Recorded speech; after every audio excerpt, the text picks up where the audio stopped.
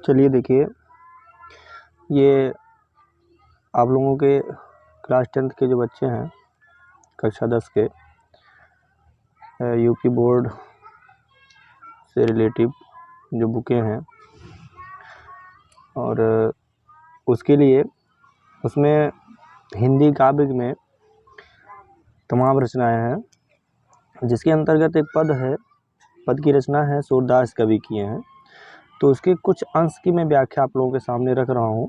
जिस तरीके से क्लास में बच्चों के सामने रखता हूँ और बच्चे संतुष्ट रहते हैं, तो कहीं और चले जाने के बाद यदि बच्चों का वो भाव नहीं मिलता है तो वो कहते हैं कि सर समझ में नहीं आ रहा, यहाँ के तरीके तौर तरीके अलग हैं और समझाने के तो अर्थ सेम हो सकते हैं, थोड़ा समझाने के तरीक़ों पे डिपेंड है। सबके तरीके अलग अलग होते हैं, सबके मेथड अलग अलग होते हैं समझाने के। तो जितना कि मेरी जानकारी है, जहाँ तक जिस हिसाब से मैं कहना तो नहीं चाहूँगा, लेकिन जिस हिसाब से मुझे अपने आप पे भरोसा है कि मैं बच्चों को समझा ले जाऊँ या समझा ले जाता हूँ, उस तरीके से मैं आप लोगों के सामने ये पद सूरदास जी की जो एक रचना है उसका अर्थ मैं आप लोगों के सामने रख रहा हूँ। पद, जैसा कि इसमें व्याख्या किया गया है, श्री कृष्ण के अनन्य, है ना, श्री कृष्ण के जो प्रभाव हैं, उनकी भक्ति का जो प्रभाव है, इसमें सूरदास कवि अपने आराध्य प्रभु अपने श्री कृष्ण उनके चरणों की वंदना किए हैं। पहले में कहे हैं, आप लोग देखिए ध्यान से, चरण कमल बंदो हरि राई, जाकी कृपा पंगुगिर लंघे अंधे को सब कुछ दर्शाई, बहिरो सुने गूंग पुनि बोले रंग चले सिर छत्र धराई, और सूरदास स्वामी करुणा में बार बार बंदों ति पाई। सबसे पहले आप लोग इसके जो हार्ड वर्ड हैं, जो कठिन शब्द होते हैं, जिसका अर्थ, जिसकी वजह से आप अर्थ समझ नहीं पाते हैं, बस वो समझने की कोशिश करिए। जैसे इसमें है राई, है ना, चरण कमल बंदो हरि राई, शब्दार्थ। शब्द राई मतलब होता है यहाँ राजा। पंगु जो अर्थ है, जो हार्ड वर्ड है, पहले उसका अर्थ समझ लीजिए। पंगु मतलब होता है लंगड़ा, लंघे मतलब होता है पार करना या लांघना, जैसे कि आप लोग समझते हैं। गूंग मतलब होता है गूंगा, वाणी रहित, गूंगा व्यक्ति जिसको होता है, जिसके पास वाणी नहीं होती है। छत्र मतलब होता है क्या, मुकुट, जो सर पे रखा जाता है। और करुणामयी का मतलब आप लोग जानते हैं क्या होता है, करुणा का भाव, दया का भाव, है ना। और पाई मतलब होता है पैर। ये इसके जो कठिन वर्ड हैं उसके अर्थ हुए। अब आप व्याख्या देखिए। कबीरदास जी कह रहे हैं कि मैं अपने श्री कृष्ण के, अपने भगवान के चरण कमलों की वंदना करता हूँ। चरण कमल बंदो, मैं अपने आराध्य श्री कृष्ण के चरण कमलों की वंदना करता हूँ। हरिराई, जिनकी अपार कृपा से, जाकी कृपा पंगु गिर लंघे अंधे को सब कुछ दर्शाई, जिसकी कृपा से, अनुपम कृपा से, पंगु गिर लंघे, जैसे कि हमने बताया, पंग मतलब लंगड़ा, गिर लंघे, गिर मतलब पहाड़, पहाड़ को लांघ सकता है। अंधे को सब कुछ दर्शाई, अंधा व्यक्ति जो दृष्टिहीन हो जाता है, जिसके पास आंखें नहीं होती हैं, उसे इस संसार में फिर से सब कुछ दिखाई देने लगता है। यानी कि हमारे प्रभु की यदि कृपा हो जाती है तो उसकी आंखें भी वापस हो जाती है, उसकी दृष्टि ठीक हो जाती है, उसे संसार में सब कुछ दिखाई देने लगता है। और बहिरो सुने गूंग पुनि बोले, बहरा व्यक्ति सुनने लगता है, गूंगा फिर से बोलने लगता है। रंग चले सिर छत्र धराई, निर्धन व्यक्ति जो गरीब हो जाता है वह भी सिर छत्र धराई, अपने सर पे मुकुट धारण कर लेता है। तो मुकुट धारण करने का मतलब सीधा सा है कि वह राजा बन जाता है, उसकी दरिद्रता, उसकी गरीबी दूर हो जाती है। आगे कह रहे हैं सूरदास जी, कितनी मनोहर वाणी में कह रहे हैं कि सूरदास स्वामी करुणा में बार बार बंदों ति पाई। सूरदास कवि कह रहे हैं कि मैं ऐसे करुणामयी भगवान आपके चरणों में बार बार वंदना कर रहा हूँ, या मुझे हर जन्म में जब भी मेरा जन्म हो मैं आपकी वंदना ही करता रहूं। ठीक, आगे देखिए, इन्हीं की रचना है एक और, कि इसमें कवि कह रहे हैं, अभिगत गति कछु कहत न आवे। सूर कवि एक जो होता है भक्ति से युक्त हृदय, है ना, समर्थक निर्गुण का खंडन करते हुए सगुण का समर्थन किया है इसमें कवि ने। जो इसमें कवि के कहने का मतलब है कि जो ईश्वर है, ब्रह्म है, निराकार है, जिसका कोई आकार नहीं है, ईश्वर की कोई गति नहीं, ईश्वर की कोई रूप रेखा, कोई जाति पाति, कोई किसी ने देखा है ईश्वर को वास्तविक? नहीं देखा है। अभी तक जितने भी इस संसार में हुए हैं, जन्म लिए हैं, वो किसी ना किसी मनुष्य में हुए। जिस वंश में हुए, जिस जात में हुए, हम लोग यही जानने लगे कि हाँ वो इस कास्ट के थे, इस जात के थे। लेकिन वास्तव में है तो क्या? ईश्वर की ना तो कोई जाति है, ना पाति है, ना कोई रूप है, ना कोई रेखा है। आज भी इस संसार में मनुष्य ईश्वर के पीछे, ईश्वर की जात पात, उनके धर्म के पीछे आपस में लड़ता आया है। उसी पर कबीरदास जी प्रकाश डाले हैं कि ईश्वर ना तो किसी एक का है, ना ही उसकी कोई जाति है। कह रहे हैं अभिगत गति कछु कहत न आवे। पहले हम पढ़ दे रहे हैं, इसके जो हार्ड वर्ड, कठिन वर्ड हैं, शब्द हैं, उसके अर्थ में बता देता हूँ, फिर आप लोग उसकी व्याख्या पे ध्यान दीजिएगा। अभिगत गति कछु कहत न आवे, ज्यों गूंगे मीठे फल को रस अंतर्गत ही भावे, और सूर से परम स्वाद सब ही सुनिरंतर अमित तोष उपजावे, मन बानी को अगम अगोचर सो जाने जो पावे, रूप रेख गुण जात जुगत मेनु और निरालंब कित धावे, और सब विधि अगम विचार ही ताते, सूर सगुन पद गावे। कितनी अच्छी बात कह रहे हैं, समझने का फेर है। सूर कवि कह रहे हैं अभिगत गति कछु कहत न आवे। जैसा कि हमने पहले कहा कि जो कठिन वर्ड है उसका आप शब्दार्थ देख लीजिए। अभिगत का मतलब क्या होता है? जिसके विषय में कुछ भी ज्ञात ना हो, अर्थात निराकार, जिसका कोई आकार नहीं हो, निराकार पार ब्रह्म परमेश्वर ईश्वर। गति मतलब स्थित स्वरूप। रस का मतलब होता है आनंद, जिससे आप अंदर ही अंदर लेते हैं। अंतर्गत का मतलब क्या होता है? अंदर ही अंदर, है ना, अंतर्गत यानी कि अंदर ही अंदर। परम मतलब होता है श्रेष्ठ। अमित मतलब होता है अत्यंत। तोष मतलब होता है संतोष, तोष संतोष। अगम मतलब होता है जहाँ पहुँचा ना जा सके। अगोचर का मतलब होता है दृष्टि से परे, ठीक है, जो आपके आंखों से परे हों। जुगत मतलब होता है युक्ति, जिसको आप लोग भोजपुरी लैंग्वेज में कह सकते हैं जुगाड़, है ना। निरालम जैसे कि निरालम, आलम्ब, निरा आलम यानी कि बिना आधार के, बिना किसी लंब के, बिना किसी सहारे के। धावे मतलब दौड़ता रहता है। आगे देखिए, कवि कह रहा है कि अभिगत गचुकत कहत न आवे। सूर कवि कह रहे हैं कि निराकार पार ब्रह्म परमेश्वर ईश्वर के स्थित या वास्तव में उसके स्वरूप के विषय में, उसका क्या रूप है, वो कुछ भी, कोई भी मनुष्य उसका वर्णन नहीं कर सकता। यानी कि निर्गुण निराकार जो पार ब्रह्म परमेश्वर है, ईश्वर है, उसकी गति के बारे में कुछ भी कहा नहीं जा सकता। उदाहरण देखिए कितना सुंदर दिए हैं कि ज्यों गूंगे मीठे फल को रस अंतर्गत ही भावे। जिस प्रकार से गूंगे व्यक्ति को आप मीठा फल खिला दीजिए और उससे कहिए कि आप उसका वर्णन करिए, तो वह उस मीठे फल के रस का वर्णन आप कर सकता है? नहीं, बिल्कुल नहीं।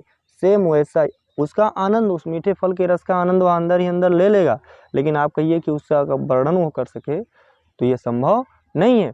वही है स्थिति।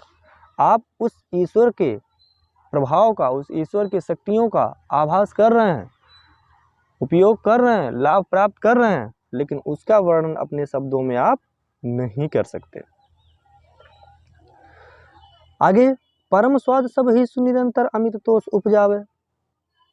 परम स्वाद सब ही सुनिरंतर, उसी प्रकार से सभी यहाँ जितने भी लोग हैं, सब लोग उस श्रेष्ठ परमात्मा के रस का, प्रभाव का आनंद सब लोग ले रहे हैं। अंदर ही अंदर संतोष उत्पन्न होता है हृदय में, लेकिन उसका वर्णन, हम उनका प्रभाव का वर्णन अपने शब्दों में जितना भी करें कम है, अर्थात नहीं कर सकते। मन बानी को अगम अगोचर सो जाने जो पावे। जिनका अपनी मन पे, अपनी बाणी पे पूर्ण रूप से मन वाणी के लिए अगम दिखाई न देने वाला। हमारे मन पे, हमारी वाणी पे यदि हमारा संयम हो जा रहा है तभी हमें ईश्वर कभी ना दिखाई देने वाला ईश्वर हमें दिख सकता है, हमें प्राप्त हो सकता है। रूप रेख गुण जात जुगत बिनु, जैसा कि हमने कहा पहले, रूप रेख गुण, ना तो उसका कोई रूप है, ना वास्तविक कोई रेखा है, ना कोई जाति है, ना कोई जुगाड़ है, इन सब के बिना निरालंब कित धावे। हर जगह वह ईश्वर विद्यमान है जिसकी हम मंदिरों में खोजा करते हैं, जिसको हम मस्जिदों में ढूंढा करते हैं, है ना। कहावत है, जैसे आप लोग सुने होंगे, मोह को कहाँ ढूंढे बंदे, मैं तो तेरे पास में। वही है यहाँ, यानी कि हम उसको जहाँ भी इधर उधर ढूंढते हैं वह हमारे पास में है, लेकिन अंधकार बस, अज्ञानता बस हम उसे दर बदर भटकते हैं और ढूंढते रहते हैं। सब विधि अगम विचार हिताते सूर्य सगुण पथ गावे। सब विधि यानी कि सभी प्रकार से अगम विचार हिताते, अगम है ना, अगम जहाँ पहुँचा ना जा सके, सब विधि प्रकार से जांच करके जहाँ ना पहुँचा जा सके, उस सगुण का, ऐसे ईश्वर के सगुण पद का गान मैं अपने शब्दों के द्वारा कर रहा हूँ, अपने वाणियों में मैं कर रहा हूँ। ठीक,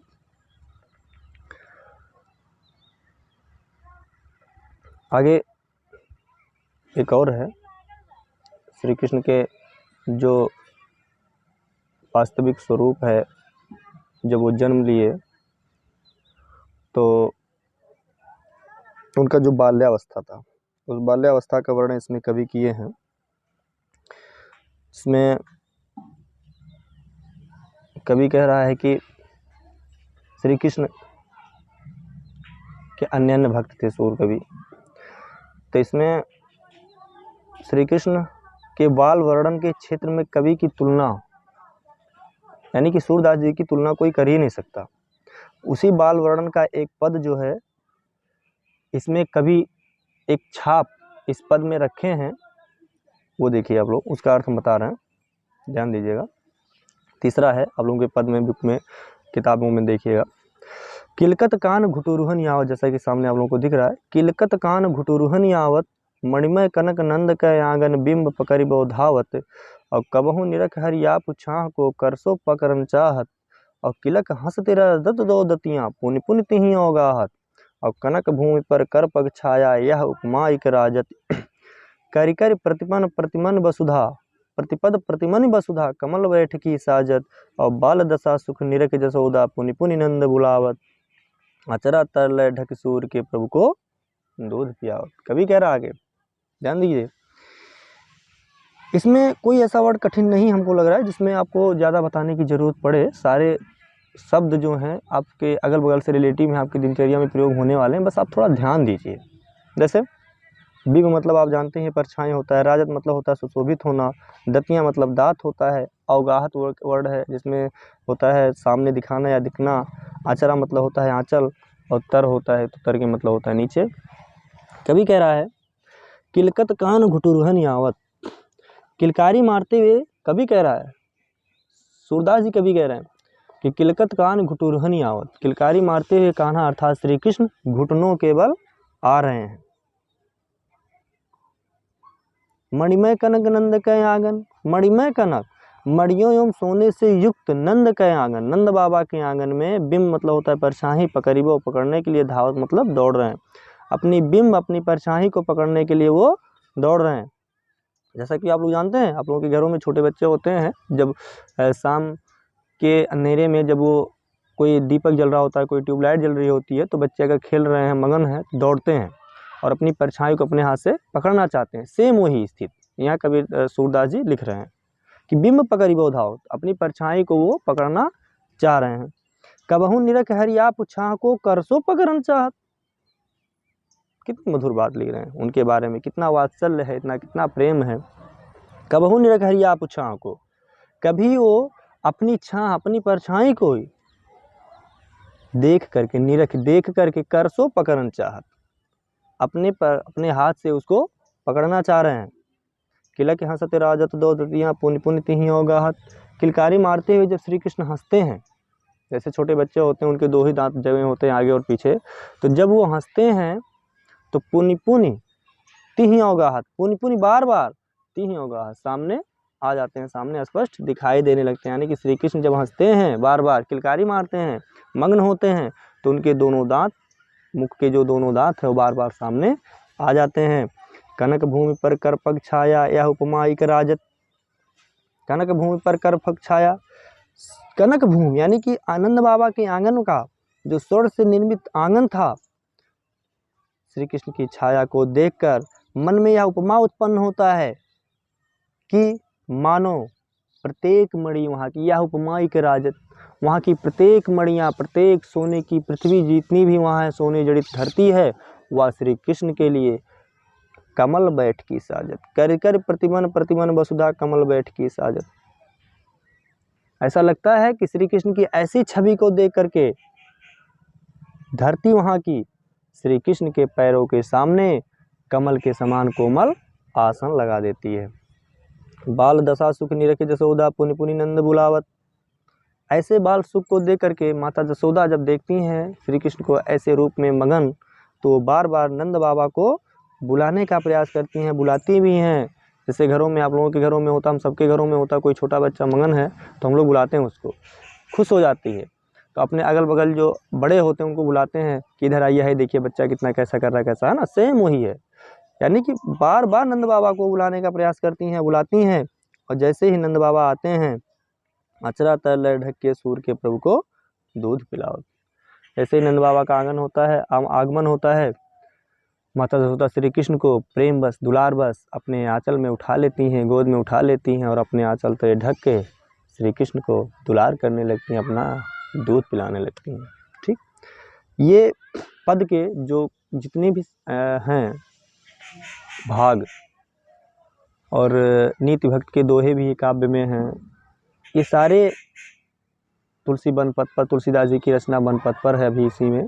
सबका मैं अर्थ अभी आप लोगों के सामने रखूँगा आने वाले समय में।